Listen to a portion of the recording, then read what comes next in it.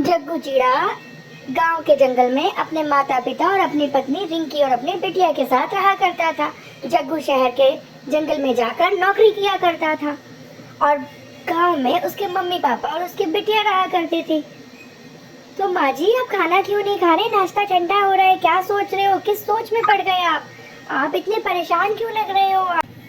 मैं ये सोच रही हूँ बेटा कि जग्गू तो अब काम पर चला जाएगा, हम कैसे रहेंगे? और जग्गू अपने काम के लिए शहर निकल गया। जग्गू शहर में नौकरी किया करता था क्योंकि गांव के जंगल में कोई काम नहीं था। शहर के ही जंगल में जग्गू को विदेशी चिड़िया मिल गई। विदेशी चिड़िया दूर कहीं जंगल से आई थी। जग्गू उसी के साथ रहने लगा।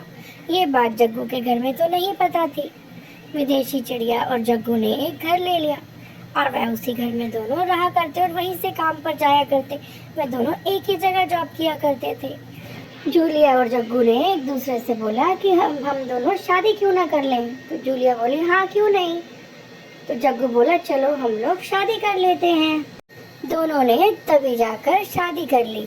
फैसला तो वो कर ही चुके थे। अब जग्गू सोचने लगा कि हम इस किराए के घर में कैसे रह सकते हैं।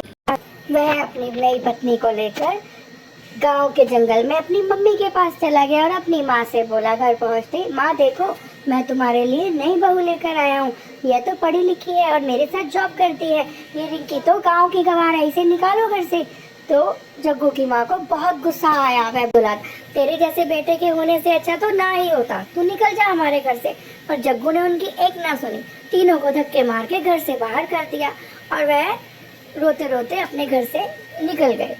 तीनों चलते चलते काफी देर शाम हो गई। माँ जी, हम कहाँ जाएं? मुझे तो कुछ भी समझ नहीं आ रहा। मम्मा, मुझे तो बहुत तेज भूख लग रही है, देखते हैं कहीं आगे।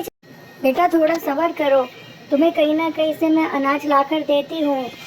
देखो मम्मा, देखो दादी, वो दूर एक घर है, लगता है वहाँ कोई नहीं है। हाँ, मुझे भी ऐसा लग रहा है। वह तीनों ने अंदर जाकर देखा और अंदर जाते हुए इतना थक गए थे कि तीनों ही वहाँ पर ढेर हो गए और लेट गए। तभी चिड़िया की सास की तबीयत बहुत खराब हो गई। बेटे, मैं बहुत थक गई हूँ बिटिया, मुझे तो चक्कर आ रहे हैं। माँ जी, आप ऐसा क्यों बोल रहे हो? आपको क्या हो गया? आप थोड़ा आराम कर लो। तो रिंकी ने चिड़िया को पानी पिलाया और आराम करने के बाद चिड़िया ठीक हो गई। अब आप कैसी हैं माँ जी? मैं ठीक हूँ बेटा, मैं अच्छा महसूस कर रही हूँ। और चिड़िया की सास बोली, बेटा अब हम ऐसा करते हैं, घर तो मिल गया, फिंगर चिप्स तुम्हें बहुत अच्छे बनाने आते हैं, अब हम मिलकर यही काम करते हैं। और तीनों ने मिलकर उसी दिन से फिंगर चिप्स की दुकान लगा ली।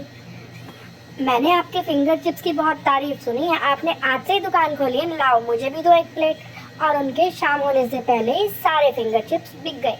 और अब उनका नियम यही था कि वे सुबह से शाम तक अपना फिंगर चिप्स का काम किया करते और शाम होते होते वे अपने घर लौट आया करते, क्योंकि घर के पास ही वे फिंगर चिप्स तीनों बेचा करते थे। अब उनके रहने की, खाने की, काम की कोई समस्या नहीं थी। अब उनका काम बहुत अच्छा चल निकला था। उनके पास पैसे भी इकट्ठा हो गए और वह तीनों खुशी खुशी रहने लगे। सुबह जल्दी उठकर वह अपने काम की तैयारी शुरू कर देते। तो फिंगर चिप्स इतने स्वाद थे, बहू तुम्हारे फिंगर चिप्स तो इतने टेस्टी होते हैं कि शाम होने तक तो बचते ही नहीं है। आज थोड़े अब चिड़िया फिंगर चिप्स ज़्यादा बनाने लगी। आंटी, मुझे एक प्लेट दो ना। और ऐसे बहुत सारे पक्षी आकर खाने लगे। तभी वहाँ पर एक बाबा जी आए। क्या आप मुझे खाने के लिए देंगे कुछ? मैं बहुत भूखा हूँ पर मेरे पास पैसे नहीं हैं। चिड़िया ने उन बाबा को भी फिंगर चिप्स खिलाए। बाबा भर पेट खाकर वहाँ से बहुत सारे आशीर्वाद देकर चले गए। जब वह तीनों घर पहुँचे तो उन्होंने देखा आज उनके पैसों का बैग बहुत भारी लग रहा था। जब उन्होंने, मुझे लगता है ये जो बाबा आए थे ये कोई चमत्कारी थे, इनके आने से हमारा काम बहुत अच्छा चल गया। अब वह बाबा रोज आने लगे और चिड़िया उन्हें रोज ही फिंगर चिप्स दिया करती। बाबा भर पेट खाकर जाते, आशीर्वाद दिया करते और उनके पास अब बहुत पैसे आने लगे और वह तीनों खुशी खुशी अपने घर में रहने लगे।